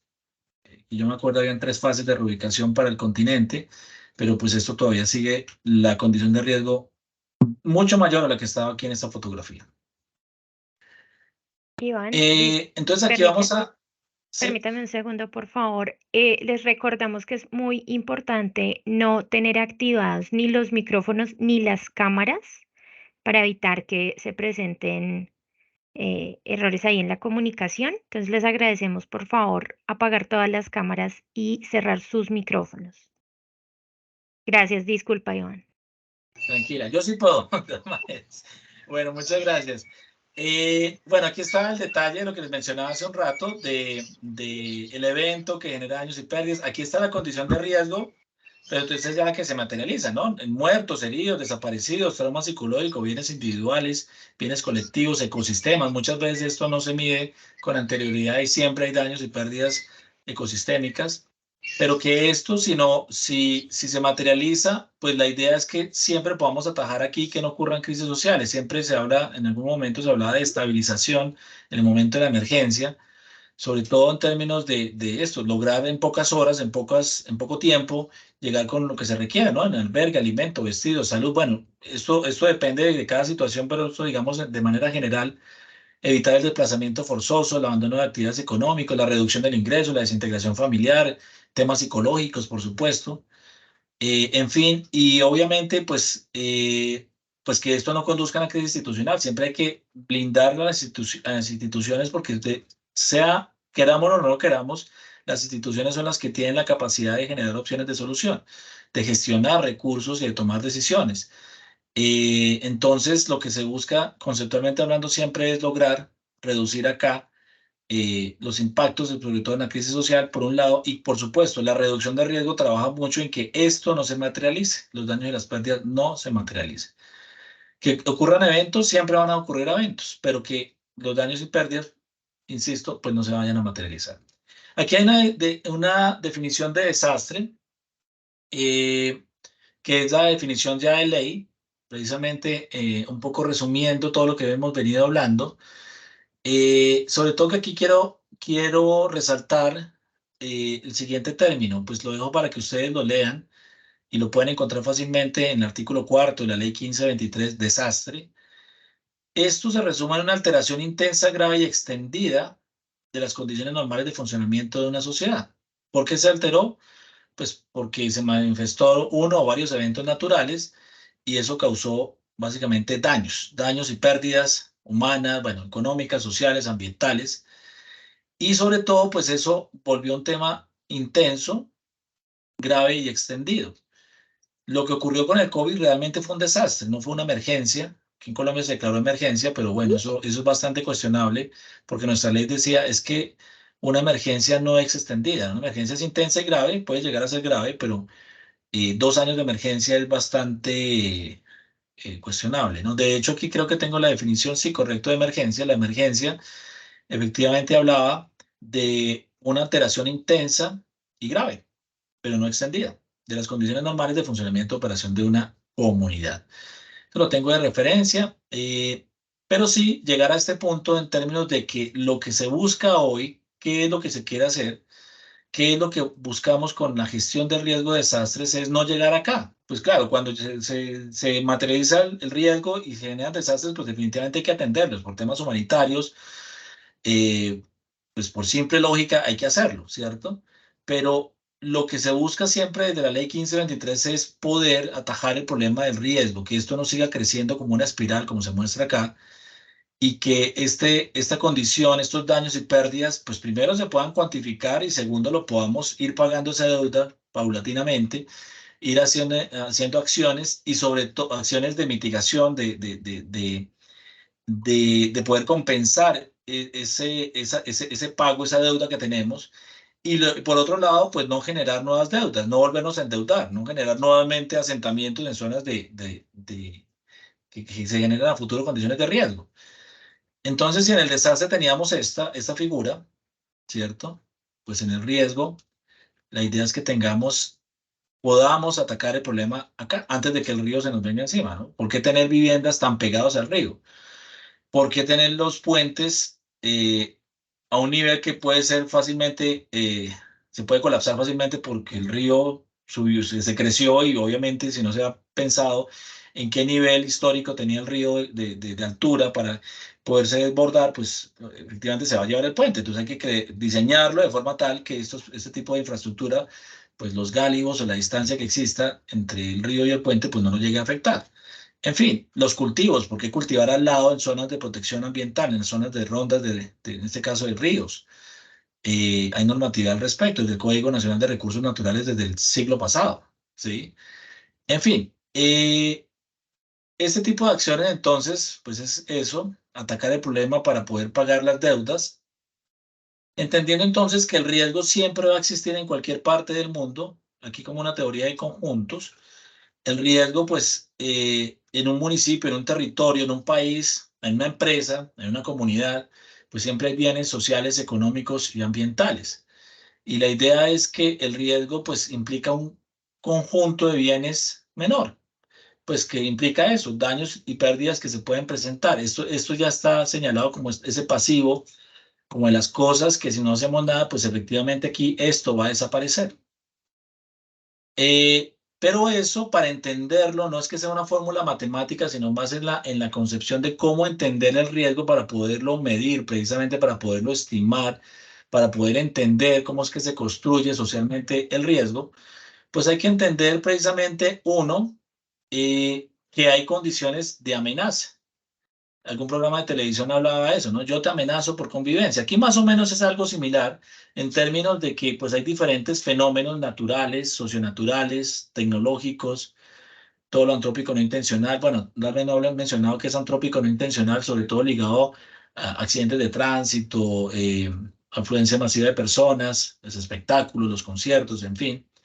Y el otro tema, en la quinta categoría, que son los fenómenos biosanitarios, como el COVID, como el dengue, chikungunya, etcétera, etcétera, todo ese tipo de virus, pues nos están amenazando. Siempre continuamente, en cualquier parte del territorio, algunos amenazarán bienes económicos, algunos amenazarán bienes sociales, o algunos amenazarán hasta bienes ambientales, ¿no? La introducción de especies, por ejemplo, el caracol africano, el pez león, en algunas partes del país, pues que han generado precisamente daños en nuestros propios ecosistemas, especies introducidas. Y bueno, este tipo de territorio también puede generar amenaza para otro territorio, ¿no? Aquí también podríamos tener otro conjunto, otro municipio, cuando por ejemplo acá todas las aguas de alcantarillado se tiran a una quebrada donde agua está más abajo, pues toma agua otro municipio, del acueducto urbano, en fin, pues ahí se genera otro tipo de amenaza. Entonces siempre es entender que las amenazas existirán, siempre han existido, pero no es porque los fenómenos sean malos o sean perversos, los fenómenos siempre han ocurrido. Esta vez por esa falta de que el ser humano entienda esa relación entre lo que el ser humano hace y efectivamente el contexto donde lo hace. Y tal vez quitar esa soberbia y esa parte antropocentrista, tal vez egocéntrica, de creer que el ser humano puede dominarlo todo, ¿no? Con o sin ser humano los fenómenos seguirán ocurriendo, sobre todo los fenómenos naturales. Entonces, estas condiciones de amenaza implica que si estos elementos, aquí la platica, los bienes sociales o algunos bienes ambientales, pues están expuestos a estas amenazas y determina que estos elementos expuestos puedan ser vulnerables o no. Algunos pueden ser más o menos vulnerables, aquí ven unos círculos más pequeñitos, otros más grandes, pero así uno empieza a entender entonces qué construye el riesgo, sobre todo para entender las causas del problema y sobre eso plantear alternativas de solución. Esto no es para sacar fórmulas matemáticas o para descrestar a la comunidad, sino sobre todo, casi que yo siempre recomiendo en este tipo de decisiones cuando se habla con la comunidad, hablar siempre de riesgo, no desmenuzar el problema aquí entre amenaza y vulnerabilidad, porque muy pocos sobre todo en la comunidad, entiende más el problema como tal, pero sí lo entienden que usted puede perder tantas hectáreas de cultivo frente a la temporada invernal siguiente. Eso es el riesgo, ¿sí? Y no empezar a decir es que de acuerdo a la precipitación, las lluvias, la geoforma, la forma de sedimentación de la cuenca, etcétera, etcétera, el modelo de elevación digital del terreno, ahí empieza uno a complicar a la comunidad. Esos son elementos por acá de la amenaza, pero también entender nuestras vulnerabilidades físicas, el estar en la zona de cobertura del fenómeno, el cómo responde efectivamente por resistencia, por otro tipo de condiciones sociales, económicas, ambientales, nuestra política, nuestra cultura, en fin, todo eso, cómo responde a esa amenaza y que definitivamente nos hace a unos más expuestos que a otros. Por ejemplo, en el ejemplo del COVID, el riesgo del COVID, pues implicaba que existía una amenaza, pues era el virus, pero que nos hacía que todo el planeta, todos los seres vivos, humanos por lo menos, pues estuviéramos expuestos al COVID. Pero había unos grupos poblacionales que podían ser más o menos vulnerables, ¿no? La tercera edad, los que tenían preexistencias por enfermedades cardíacas, respiratorias, los que tenían el azúcar alto, en fin, algunos gorditos, en fin, pues esto implicaba pues que algunos eran más vulnerables y otros menos vulnerables. Eso entonces es lo que construye el riesgo, pero esto se hace sobre todo para analizarlo y para entender las causas del riesgo, las causas del problema y sobre todo entendiendo las causas, pues puede atacar o en algunos casos la amenaza, no siempre solamente la amenaza, sino también sobre todo la vulnerabilidad. Aquí está el ejemplo ya en términos de, pues esto aplica en muchos municipios del país, ¿no? Un conjunto de bienes, tenemos una quebrada, y la culpa algunos dicen que es de la quebrada, pero vean aquí las construcciones, casi que, bueno, casi que no, de hecho en Mocoa pasó, ¿no? El desastre de Mocoa no fue que las viviendas estuvieran aquí en la ronda, sobre la ronda, pisándole los talones al cauce del río, no, en Mocoa las viviendas estaban era aquí, en el cauce del río.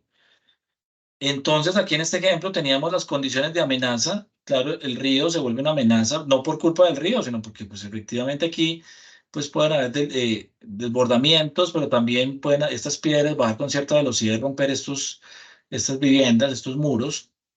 Pero hay diferentes elementos que nos pueden generar ese tipo de cosas. No solamente el río, aquí hay elementos constructivos bastante eficientes, todos los elementos biosanitarios que se pueden generar, todo lo que no sirve de la vivienda se va tirando aquí a la quebrada. De hecho, pues aquí hay algunas evidencias en la fotografía de todo lo que está pasando acá. Aquí hay generación de vectores. Claro, las lluvias, los fuertes vientos, en fin, aquí hay construcciones que sumados a la famosa veladora, el tema cultural, religioso, etcétera, etcétera, pues aquí pueden generarse incendios fácilmente. En fin, pero digamos que concentrándonos en el tema de la inundación, pues hace que estos elementos estén expuestos, ¿no? Las viviendas están expuestas a la inundación o a una avenida torrencial donde bajen materiales pétreos y rompan estos muros, afecten las viviendas, de pronto las hagan colapsar, pero que determina efectivamente en términos de vulnerabilidad, unas cosas pueden ser más vulnerables que otros. En ese entonces, se puede hablar que ante una avenida torrencial, los que están prácticamente ahí en el cauce del río, no están en el cauce, pero prácticamente, pues son más vulnerables que de pronto esta vivienda que está aquí en este costado, que está un poco más retirada y un poco con mayor altura. Entonces puede ser que la creciente, si bien es cierto, puede llegar hasta por acá, un poco más acá, ¿sí? Pues no lo afecta tanto como a estas viviendas que a la misma altura pues va a tener mayores afectaciones.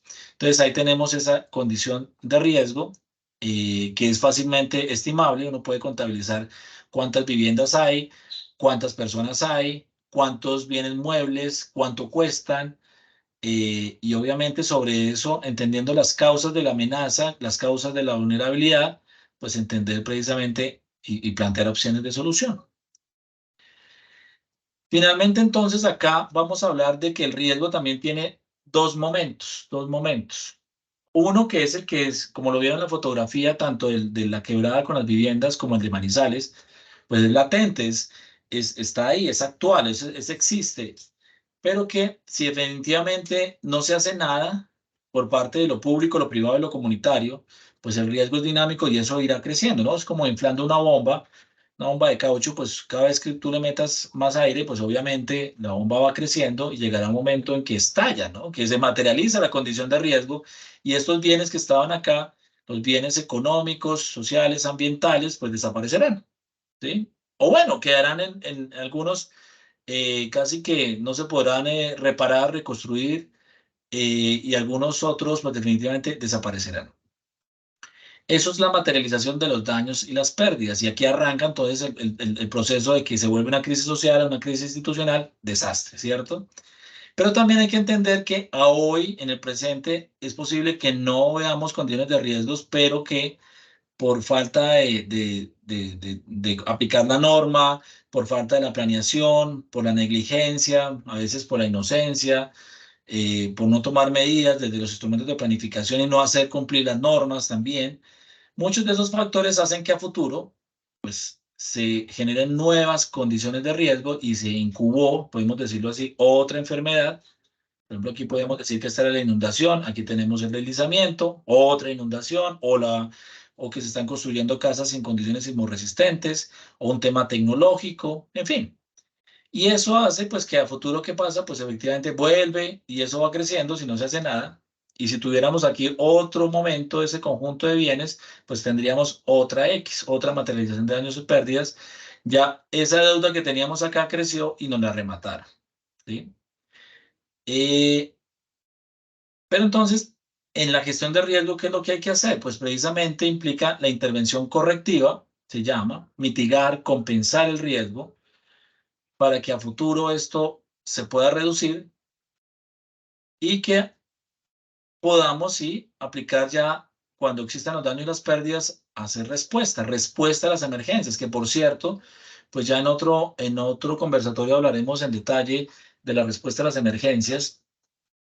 Pues esto implica que pueda ser manejable, que pueda atenderse de manera humanitaria a la mayor población posible, ¿no? Que tuvo y que fue, digamos, damnificada pues, por esa materialización del riesgo. Pero en la medida que tengamos mayor reducción de riesgo a hoy, pues quiere decir que a futuro la respuesta puede ser efectiva. Podemos darle cobertura a todo el mundo y no a veces como nos está pasando que no le podemos dar cobertura en la respuesta a las emergencias a toda la población, porque pues el problema es bastante grande. Y también implica que en lo prospectivo, adelantarse, ¿no? Adelantarse es, a veces alguien dice que gobernar es adelantarse, tomar decisiones para que desde hoy pues no se generen condiciones de riesgo a futuro. Mire que aquí no apareció nada y a futuro pues nada, simplemente va creciendo y genera un desarrollo verdaderamente sostenible. No se materializan condiciones de riesgo, no se incubó ni siquiera el riesgo y mucho menos pues va a implicar que a futuro existan daños y pérdidas que otra vez exista respuesta o que peor aún pues eso no se pueda atender bien y eso genere nuevos desastres. Entonces, en conclusión, si hoy manejamos, si no reducimos el riesgo, pues el riesgo siempre va a tender a aumentar. Y si lo reducimos, pues el tema va a disminuir y esto podrá ser manejable. Aquí no será manejable, aquí sí será manejable. Lo que debemos hacer entonces es reducir el riesgo a hoy. Pero ¿cómo se reduce el riesgo? Pues entendiendo los factores que lo construyen, la amenaza, la vulnerabilidad, conocer las causas para reducir la amenaza y la vulnerabilidad, conocer las consecuencias para trabajar en la respuesta, pero también trabajar en la recuperación. Y aquí hay bastante tela donde cortar, porque en respuesta Colombia siempre se ha defendido, digamos en términos generales, siempre hemos aprendido varios elementos de la respuesta en la coordinación, a veces en la improvisación, a veces en la atención coordinada, a veces no tanto, pero se da respuesta siempre. Pero en términos de recuperación, no necesariamente lo seguimos haciendo bien. Sobre todo porque la ley lo está planteando que la recuperación debería hacerse desde un momento anterior, desde la condición de riesgo, no en pleno emergencia, no en el momento de la emergencia. Los planes de recuperación hoy en día se hacen todavía dentro de las emergencias y pues ¿quién planea corriendo? Muy poca gente lo puede hacer. Y termina siendo pues una lista de acciones pues que son generalmente de respuesta, pero no de rehabilitación y reconstrucción de lo económico, lo social, lo ambiental, lo institucional, hasta lo psicológico, en fin, de manera integral, que pueda dar respuesta a una nueva condición de vida, un nuevo desarrollo sostenible, pero eso se puede hacer desde la reducción de riesgo. De manera tal que a futuro, pues todo este elemento implica que existan emergencias. Vean, nótese que aquí no cortamos de tajo, de raíz, todo el flujo de recursos que van a llegar aquí a la condición deseable y posible de calidad de vida, sino un poquito que permite precisamente que el flujo de recursos continúe en los demás elementos del desarrollo y no tengamos que reorientar y frenar y retrasar el desarrollo, sino simplemente si existen eventos, siempre existirán, pues que impliquen daños y ojalá daños menores. Bueno, creo que podemos tal vez dejar hasta acá porque estamos en 1 hora y media, tal vez dejamos el material que nos hacían un par de láminas finales para el siguiente conversatorio, si te parece, Mildred, y abrimos espacio para preguntas. Listo, Iván. En este momento se abre el espacio para preguntas, comentarios, inquietudes. Pueden hacer la manito, también pueden dejarlas en el chat.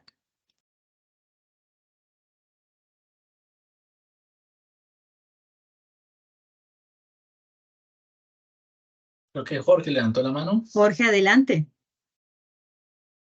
Hola, buenas tardes a todos.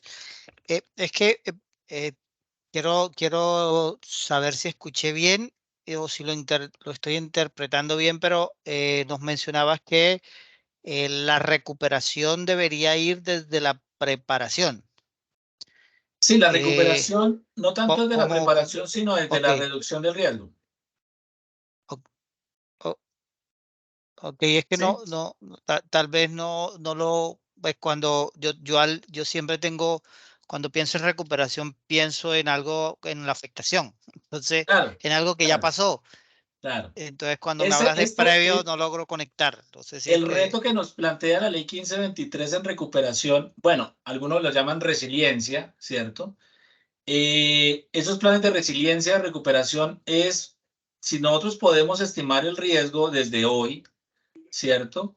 Pues desde hoy podemos saber qué necesitamos para recuperar. Me explico.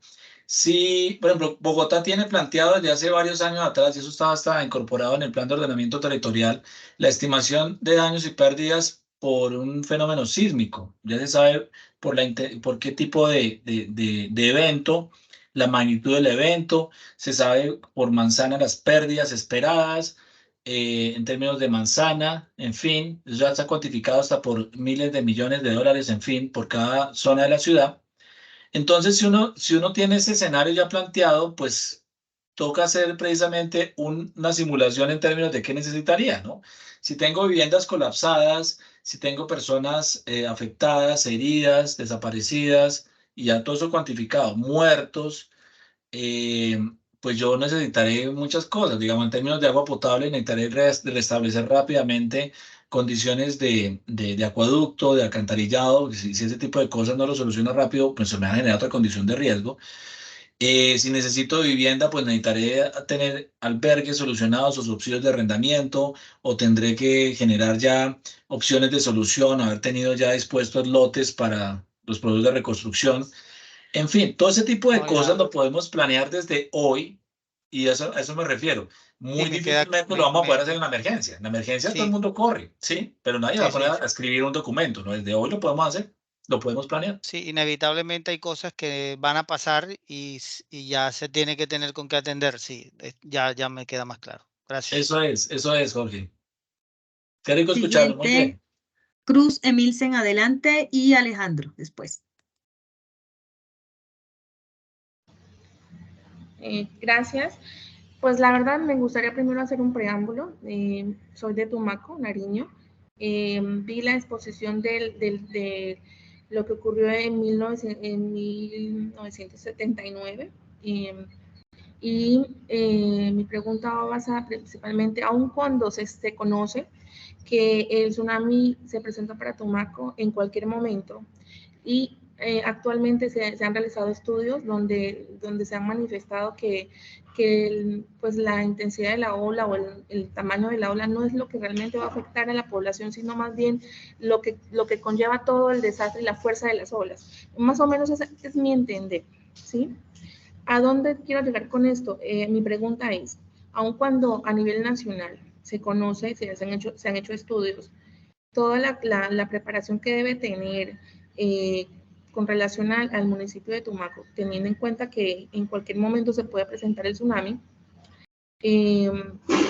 La cuestión es, ¿por qué no se han tomado, si se tienen los estudios, esa preparación para realizarla? Entonces, sé que de pronto es un poco idealista pensar que se pueden reducir un poco los recursos que se destinan para en estos momentos para el conflicto interno que tenemos, para poder de una u otra manera esa deuda que usted menciona que se tiene que saldar con el municipio de Tumaco para evitar esa tragedia que ocurrió hace 40 y pico de años, teniendo ya todos esos estudios previos. ¿Por qué no, ya conociendo a nivel nacional eso, por qué no hacen posible eso, es saldar esa deuda con Tumaco? Sí, precisamente parte de la primera diapositiva, ¿no? El tema de la planeación del desarrollo y poner de acuerdo a todo el mundo, ¿no? De hecho, no lo alcanzamos a ver hoy, pero les adelanto para los próximos conversatorios, cuando hablemos de gestión de riesgo, la ley habla de que esto es un proceso social. O sea, implica el que toma decisiones, pero que también el que aplica las decisiones y el que las implementa, ¿no? Entonces, digamos, en Tumaco se ha venido trabajando, que yo conozca, bueno, en un momento que estuvimos trabajando, asesorando ese tipo de ejercicios desde el Ministerio, antiguo Ministerio de Ambiente, Vivienda y Desarrollo Territorial.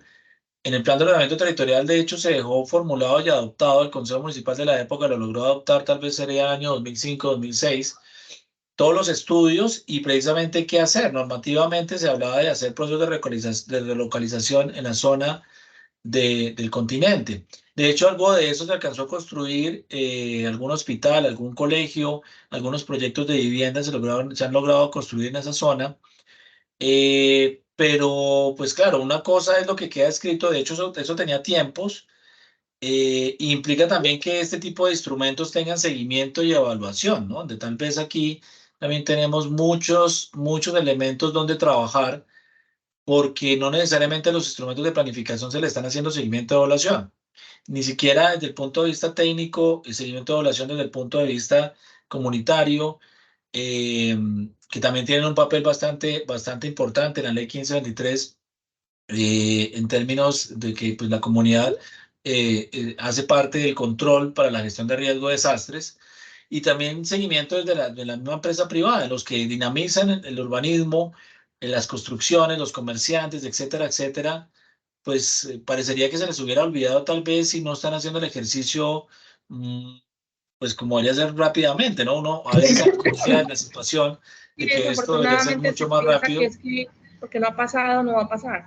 Sí, y ese es el pero punto en el que nosotros como seres humanos nos equivocamos, porque como no ha pasado, han pasado 20, han pasado 30 y aún no ha pasado nada. Entonces sí, él cree claro. que es que no, eso es un mito, una leyenda, y que obviamente vamos a seguir construyendo en el Sí, municipio, vamos a seguir sí. solamente escribiendo lo que se debe hacer en un papel, más no hacerlo en una acción, para no solamente porque se construyan las plataformas que se establecen para que ahora no se haga esos puntos que antes hablaban de encuentros, sino más bien esas plataformas donde las personas deben montarse 4 o 5 metros para poder evitar ser arrollados no solo por el agua, sino también por lo que traiga el agua.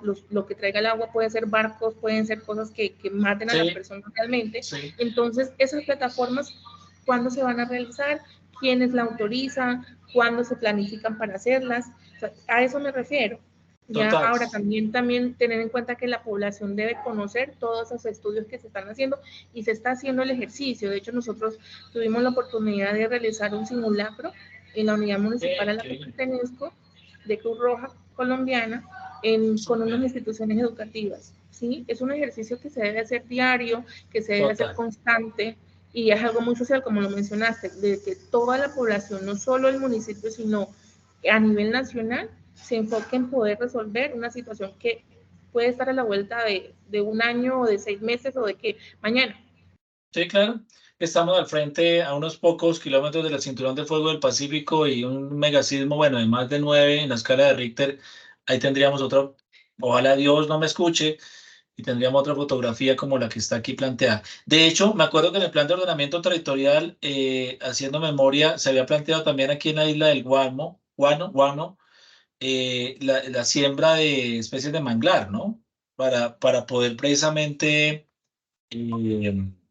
servir de barreras y un poco mitigar el efecto de las olas ante la ocurrencia del tsunami, que pues ya la ola aquí pasara, obviamente eso lo va a arrasar, pero precisamente mitiga, disminuye la velocidad, la energía, el impacto, digamos, el nivel de la ola, para que aquí pues obviamente no se generan tantos daños. Pero eso en términos de tsunami, pero de todas maneras también ese tipo de fenómenos causaba, como aquí ustedes ven, hay viviendas que se hundieron, ¿no? Fenómenos de subsidencia, donde el suelo va a perder la capacidad portante y lo que está encima del suelo pues se va a hundir como si fuera arena movediza. Eso mismo lo hace también el sismo. Las partículas del suelo se separan y va a entrar pues como lo podemos ver así, agua, ¿cierto? Y hace que el suelo pues obviamente se pierda también. Pero Pero es que definitivamente también eso, es un tema de conciencia y voluntad política, voluntad social, voluntad económica y que todos nos pongamos de acuerdo para solucionar este problema. política, social, porque desafortunadamente nosotros tenemos una condición del público constante, en todo momento hay hostigamientos por ambos lados, por ambos frentes, bueno, una situación de orden público que desafortunadamente desencadena el desplazamiento forzado, en el que esas barreras que se supone que tienen que ser naturales del manglar, se ven taladas por la influencia de personas que llegan de las zonas rurales a poder establecerse en el casco urbano, dentro de ya el casco urbano, como se ve, está demasiado sobrepoblado. ¿Y cuál es la opción que tiene la gente que llega a la zona rural? Establecerse en las zonas de uso público, que en este caso serían el bajamar. Entonces, esa tala del mangle ocasiona también esas dificultades. En la imagen que se mostraba sobre, creo que era Manizales, es donde también precisamente ellos no encuentran dónde ubicarse y se ubican en lugares donde son de alto riesgo. Totalmente cierto. Gracias, Cruz Emilce. Para Gracias, finalizar, Giovanni García y Jorge Londoño. Vale, perfecto. Buenas tardes, muchas gracias. Yo creo que sería como complemento, en parte pues ya respondió el conferencista a la colega anterior, pero yo lo que quiero es como tener claro si definitivamente frente al fenómeno de los asentamientos urbanos inadecuados o no planificados vamos a tener que seguir siendo reactivos durante mucho tiempo, es decir, esperar a que se genere el riesgo para tratar de mitigarlo. ¿Sí me explico? Gracias. Definitivamente la respuesta es no, ¿no? Y eso tiene que ver también, hay junto casi que la misma respuesta de la compañera en términos de voluntad y en términos de lograr hacer planeación. Vea, la misma, desde el 97, la ley 388, la que obliga precisamente a formular planes de ordenamiento territorial, planteó, es que yo no sé si a veces que no se leen todas las normas, a veces como las leyes son tan gruesas, no se alcanzan a leer todas las páginas de las leyes. Pero la ley no solamente era para formular planes de ordenamiento y decir, esta es una tarea que hay que cumplir y cúmplala y con eso le doy subsidios de vivienda, porque eso pues, con el tiempo lo fueron deformando así, ¿no?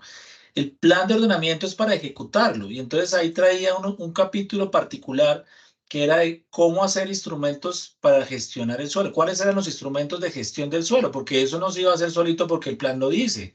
Eso hay que, como se dice, meterle perrenque o algo, qué pena el término, pero en términos de la gestión es buscar cómo lograrlo, ¿no? El gana-gana entre el público, el privado y lo comunitario, la figura que vimos inicialmente. Pues bien, en términos del suelo, hay una figura que se llama el banco de tierras, que si bien es cierto, es un elemento pues que está escrito, muy poco se ha implementado, es posiblemente, no sé por qué no se ha reglamentado, pero existen este tipo de figuras en la norma, donde pues no todo el mundo lo conoce. De hecho, en las administraciones municipales a veces, no sé si es que es desconocimiento jurídico, temor jurídico también a veces, pero el Banco de Tierras era precisamente para que desde los planes de ordenamiento se marcaran las áreas precisamente de interés público e interés social.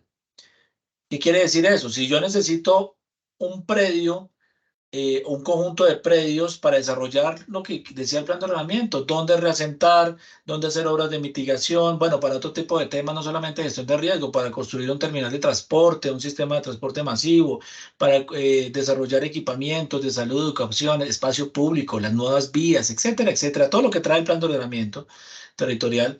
Pues este banco de tierra era precisamente la posibilidad de que el municipio fuera el primer oferente o el primer actor que pudiera empezar a negociar ese tipo de predios porque se vuelven de interés público o social. Ahí aparece la devaluada figura de expropiación. Eso viene desde la ley 9 del 89 y aquí en esta ley 3088 del 97. Desde el siglo pasado se hablaba de expropiación, pero esto es expropiación por vía administrativa. De hecho, la ley 1523 también trae esa figura, pero en términos de los desastres, que no los quiero enredar con eso. Pero esa expropiación, ¿qué quería decir? No era quitarle el predio al particular, no, era negociación sobre un avalúo y decirles que aquí prima el interés general sobre el particular y yo te compro ese predio, pero eso es para desarrollo de desarrollo social, ¿sí? Para un proyecto de vivienda de interés social, porque no haber pensado desde esa época, desde el siglo pasado, en términos de gestión de riesgo, pues precisamente en haber generado proyectos de vivienda de interés social para reasentar población que estaba en condición de riesgo, para hacer obras de mitigación, para, bueno, más adelante haber pensado en vivienda para desplazados, en fin, el tipo de cosas que es acomodarlo a nuestra realidad y posiblemente pues hubiera necesitado haber reglamentado y haber puesto la figura mucho más allá de ese discurso filosófico que aparece en la ley, pero definitivamente cosas como esa están, pero no se han implementado. ¿Sí? Hay otro tipo de instrumentos que se pueden aplicar para negociación directa con los privados. Se puede hacer este intercambio de predios, ese tipo de cosas. Ejercicios de distribución de cargas y beneficios. Bueno, hay bastantes figuras. Estoy hablando solamente del ordenamiento territorial, pero que pueden ser aplicables, pero que no se hacen y todo es tal vez que no, el desconocimiento, no lo entiendo o nunca nadie me lo dijo. Pues son figuras que de todas maneras son aplicables, están en la ley, deberían hacerse y sobre todo a veces es que hay que pensar más en la gente, no tanto en los intereses particulares, ¿no? Bueno, ¿quién más tiene la mano levantada? ¿Giovanni? Giovanni, yo. adelante. Ok. ¿Giovanni o Jorge? Bueno, me disculpan que Pues eso voy no a esos... preguntar, en la Jorge. cuestión de toda la Faltaba gestión Jorge, sí, adelante. Tranquilo, Jorge, dale. de la gestión de riesgo, escuchando a la compañera de Tumaco, Sí. se me volvió una película. Yo estaba en Oregón y allá estamos, pues ahora estoy aquí en Colombia, trabajando sobre todo el proceso de la falla de Fuca, donde hicieron estudios pues de la placa y encontraron que los tsunamis y todas las inundaciones y los procesos sísmicos estaban ocurriendo entre 300 y 400 años. Entonces, Okay. la Cruz Roja y el mismo gobierno del estado, del estado de Washington, en Canadá, British Columbia, California, iniciaron procesos educativos, sobre todo con la población migrante y con énfasis en los mexicanos, donde se inculcó a las escuelas hacer por lo menos y en las universidades hacer simulacros cada trimestre, porque allá se estudia por trimestres, entonces son 4 al año, pero aquí yo veo que hacen 1. O sea, es por falta de fondos económicos, porque en la educación, como decía la compañera, y en la repetición, se crea un hábito y una respuesta inmediata de uno mismo. No podemos prever exactamente cuándo va a ocurrir el terremoto o podemos ver cuándo va a haber un tsunami porque vemos que el agua se va. Podemos ver que va a haber una inundación o cuando hay un huracán. Y en este momento en las Antillas están en todo el proceso educativo. Pero honestamente, en el tiempo que llevo aquí en Colombia, no he visto ese proceso educativo hacia la comunidad de base, que es el primer respondiente. O sea, ya que están en el proceso político y todo eso, cómo se puede gestionar todo eso? ¿Quién es el encargado de eso? ¿La Cruz Roja? ¿O los de la oficina de emergencias? ¿Cómo es eso? Bueno, yo voy a contestar para la próxima vez que nos veamos, el próximo conversatorio, vamos a hablar de los procesos que plantea la ley 1523, la política nacional. Eso sí está escrito ahí, que dice como proceso hay que comunicar el riesgo de desastres. Eso hace parte de un proceso mayor que es el conocimiento del riesgo.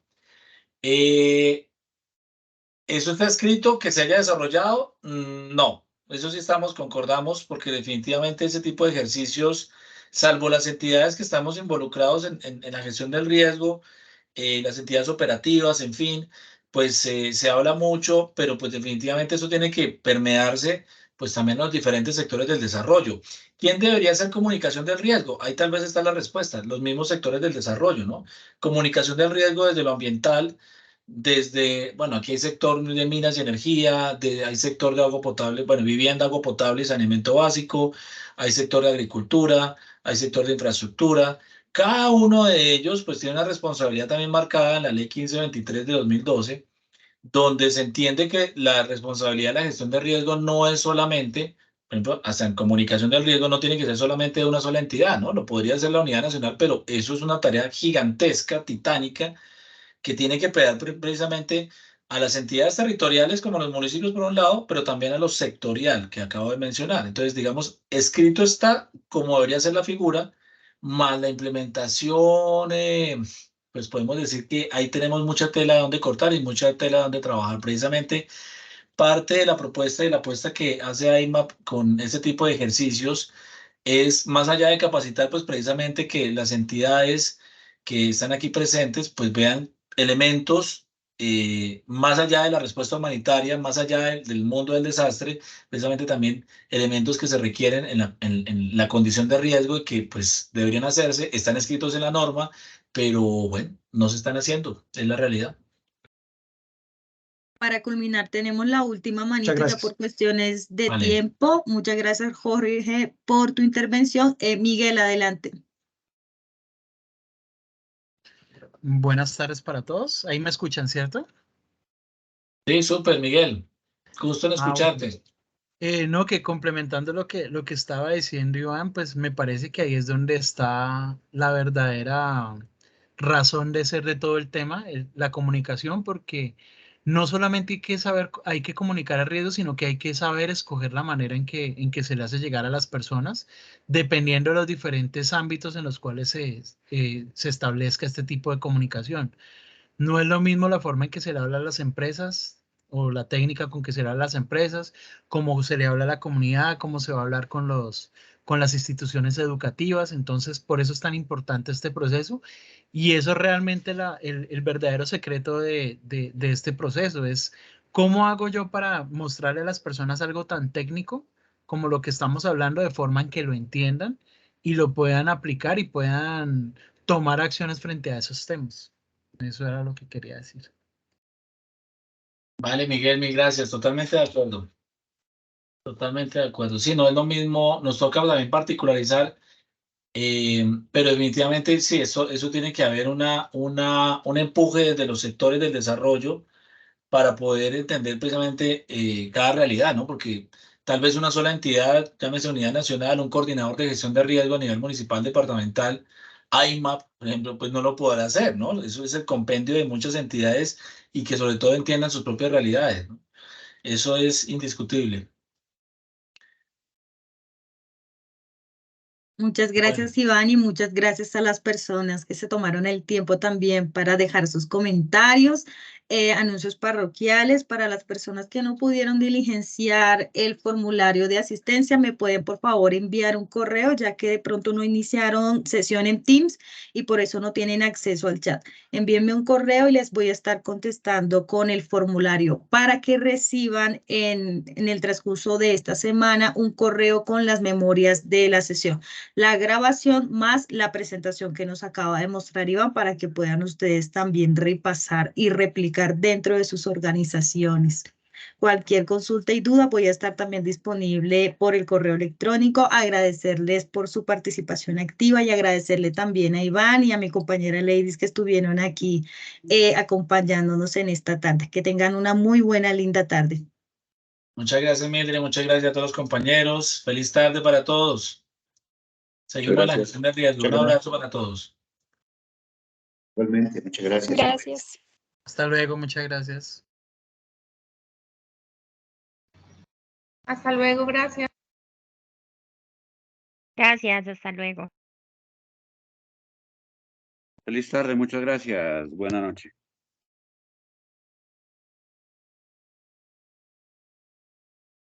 Gracias, muy buena tarde.